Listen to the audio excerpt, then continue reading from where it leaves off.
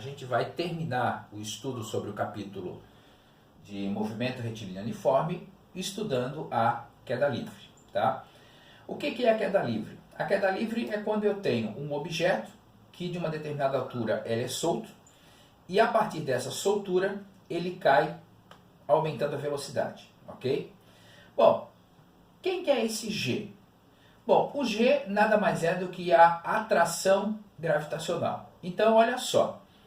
Se eu solto num espaço reservado, sem a presença do ar, tá? Uma pedra e uma pena, tá? A imagem aqui ficou meio complicada, mas aqui eu tenho uma pedra e uma pena. Então, sem a presença do ar, você vê que os dois vão caindo junto. Na presença do ar, os dois caem com situações bem distintas. A pena tem mais resistência ao ar, então ela demora mais tempo para poder chegar no chão. Tá? Nos nossos casos aqui, como a gente vai desprezar a resistência do ar, são essas informações aqui que eu vou estar levando em consideração. Então, no caso ideal, sem o ar influenciando, né, eu tenho que dois objetos, independente da sua massa, eles caem com a mesma velocidade, no mesmo tempo, no chão e etc e tal, ok? Bom, só que eu preciso parar e analisar como é que ficam as minhas equações. Então, para fazer isso, eu vou pensar o seguinte. Ó. Então, aqui, eu tenho o chão, por exemplo, aqui eu tenho um prédio, tá? E lá de cima desse prédio, eu tenho um objeto que ele é deixado cair, ou seja, a velocidade inicial dele é zero. Tá? Lá de cima do prédio até aqui embaixo, eu tenho uma determinada altura que ele vai cair. E ele vai cair devido à aceleração gravitacional, tá?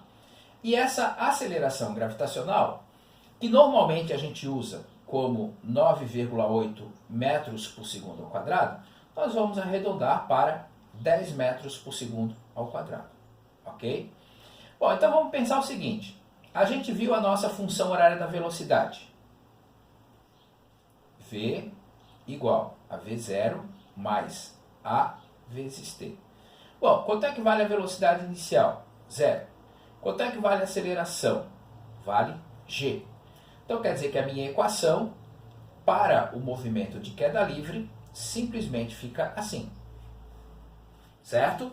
Perceba o seguinte, eu estou saindo daquela equação geral e estou chegando numa equação onde eu tenho a fórmula para o movimento de queda livre. Tá? Bom, vamos pensar na outra equação. Por exemplo, essa daqui.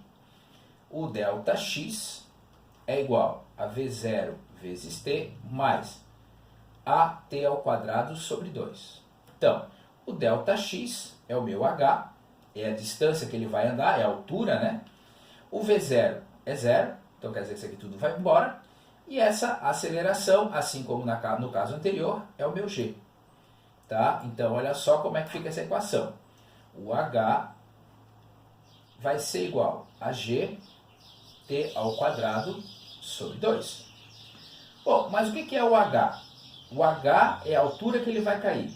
Esse T é o tempo de queda. Então, se eu quero isolar e calcular o tempo de queda, então eu simplesmente tenho que tirar a raiz quadrada de 2H sobre G.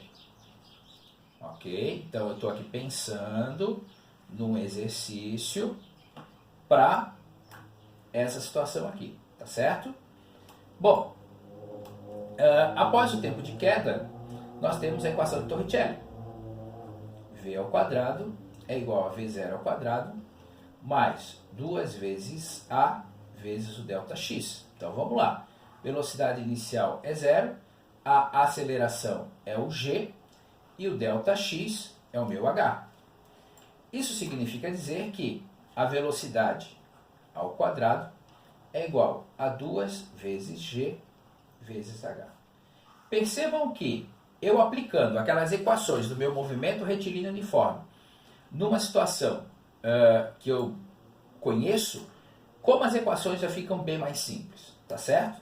Bom, agora vamos pensar nos exercícios que eu tenho lá para resolver. Então olha só o que diz.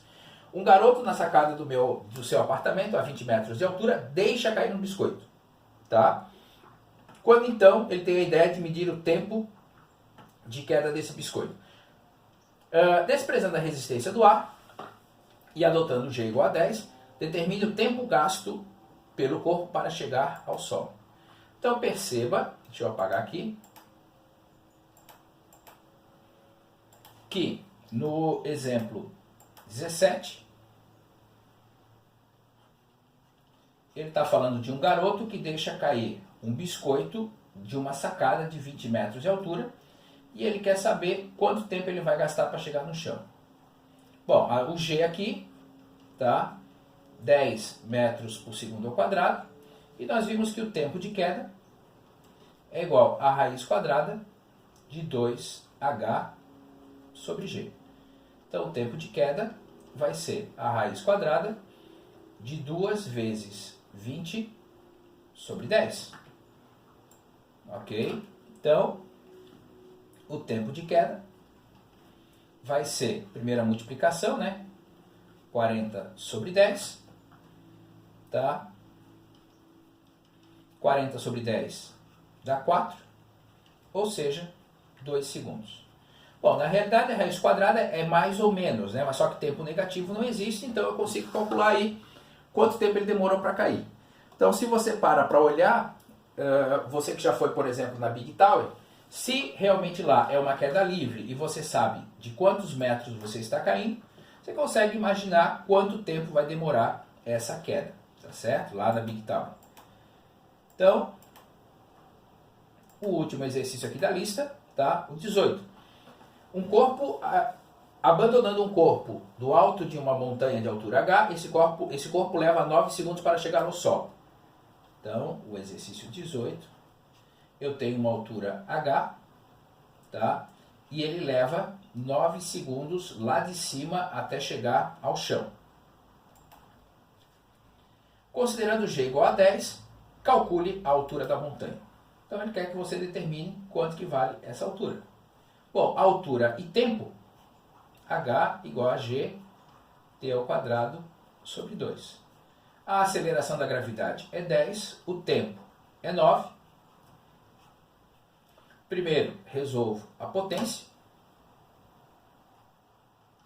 Então, 10 vezes 9 ao quadrado, 81 sobre 2. 810 sobre 2. Então, quer dizer que a minha montanha tem 405 metros. Tá? Pessoal, agora olha só. Terminamos esse conteúdo. Tá? Lá na última lista de exercícios, você tem ali o exercício 45, 46, 47 até o 51.